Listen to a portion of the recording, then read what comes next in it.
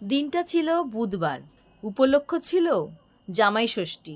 এই সময় সব জামাইরাই ছিল তার শ্বশুরবাড়িতে শাশুড়ির হাতে সেবা আপ্যায়ন নিতে ব্যস্ত, কিন্তু আমরাই ছিলাম একটু ব্যতিক্রম। এটা একটু হলেও খারাপ ছিল, কিন্তু কি করা যায়, মায়ের অসুস্থতার জন্য আমরা নিজেরাই ষষ্ঠী পালনটা করতে বারণ করেছিলাম। কি একার ওপর চাপ পড়ে যাবে, তারপর এতগুলো রান্না করতে হবে, আর এমনিতেও আমার বরমশাই ছুটি পায়নি, তাই সেই জন্য সে সকাল 6টার সময় বেরিয়ে গেছিল। কিন্তু হঠাৎ বর্মশায়ের ফোন এসে বলল, 1:30টার মধ্যে রেডি হয়ে যাও, দিয়ে মায়ের কাছে চলে যাও। তাই আমরা 7-5 না ভেবে 1:30টার মধ্যে মায়ের কাছে চলেই গেছিলাম। তারপর হঠাৎ বলল, চলো স্প্ল্যানেট যাব। মেট্রো করে ধরে চলে গেলাম স্প্ল্যানেটে। সে তখনও ঠিক ছিল না কোথায় যাব। যখন স্প্ল্যানেট নামলাম তখন হঠাৎ করে আমার বর্মশাই বলল, চলো চিড়িয়াখানা ঘুরে আসাই। কিন্তু এই কথা শুনে আই অ্যাম তো অবাক। এই গরমে চিড়িয়াখানা, তা কখনো সম্ভব? কিন্তু ভাগ্যিস আমরা চিড়িয়াখানায় এসেছিলাম, তাই চিড়িয়াখানার অপূর্ব সৌন্দর্য প্রকৃতিটা দেখতে পেলাম। ওরা নিশ্চয়ই দেখে বলছো, বাবা এই গরমে চিড়িয়াখানা ঘুরতে গেছে, এরা কি পাগল? হ্যাঁ, আমরা পাগলামি করতে সত্যি খুব ভালোবাসি।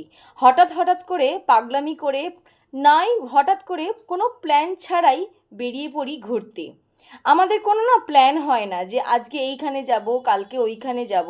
আমাদের সব কিছুটাই হঠাৎ করে হয়। যখন চিড়িয়াখানা গেছিলাম তখন আমি সত্যি ভিডিও করতে ইচ্ছে হয়নি, কিন্তু এত সুন্দর পরিষ্কার পরিচ্ছন্ন চিড়িয়াখানা দেখে আমি ভাবলাম আমি হয়তো নতুন আলিপুর জুতে চলে এসেছি। আর সব থেকে দেখার বিষয় হচ্ছে, এখানে এত সুন্দর পশু পাখি সব কিছু নতুন নতুন এসেছে। পাখিদের জায়গাটা এত ভালো লেগেছে, তাদেরকে দোলনা দিয়েছে দোলার জন্য।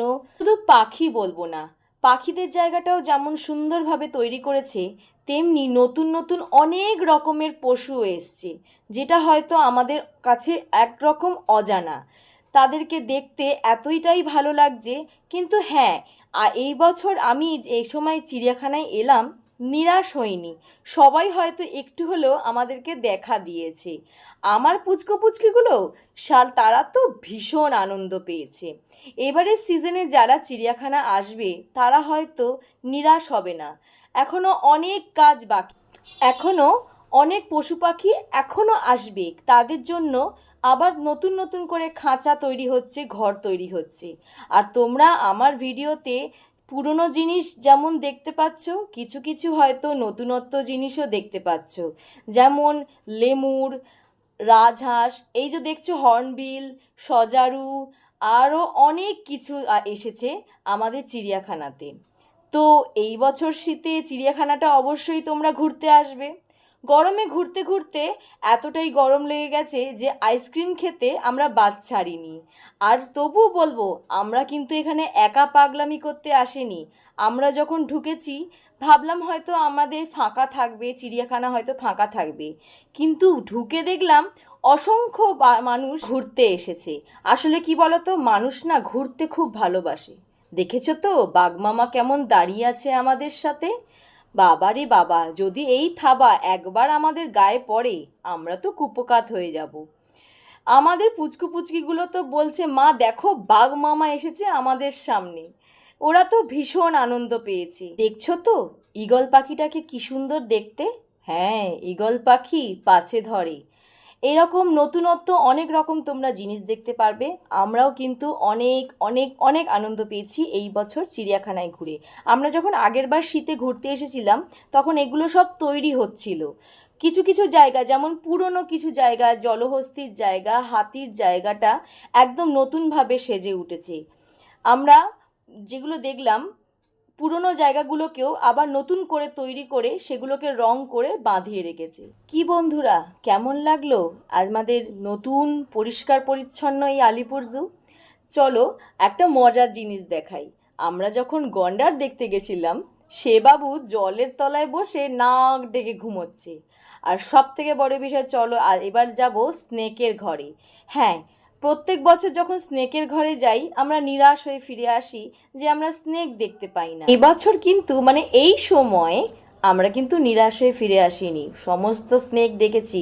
আর সব থেকে ভালো এই যে দেখছো কিংকোবরা নতুন এসছে আমাদের আলিপুর জুতে, সেটা অবশ্যই তোমরা দেখতে এসো। আমাদের থেকে সব থেকে বেশি আনন্দ পেয়েছে আমার এই ছানাপোনাগুলো।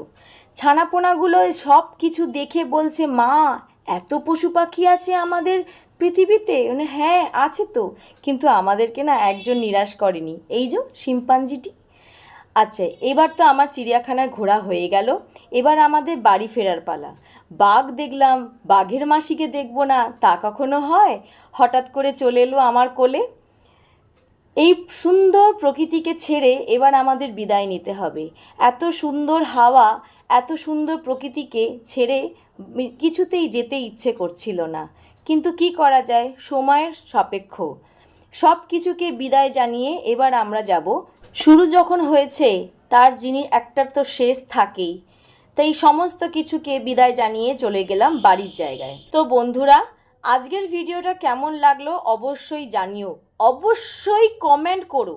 আর আমার যে কঙ্কনা দত্ত হালদার পেজটা আছে সেটাকে ফলো করো, আর ইউটিউবে ভোরের ফুল চ্যানেলটাকে সাবস্ক্রাইব করে দিও। আর সাবস্ক্রাইব করে অল নোটিফিকেশনের বেল আইকন প্রেসটা করে দিও, যাতে নতুন নতুন ভিডিও তোমাদের কাছে চলে আসতে পারে। সবাইকে রইল আমার ভালোবাসা।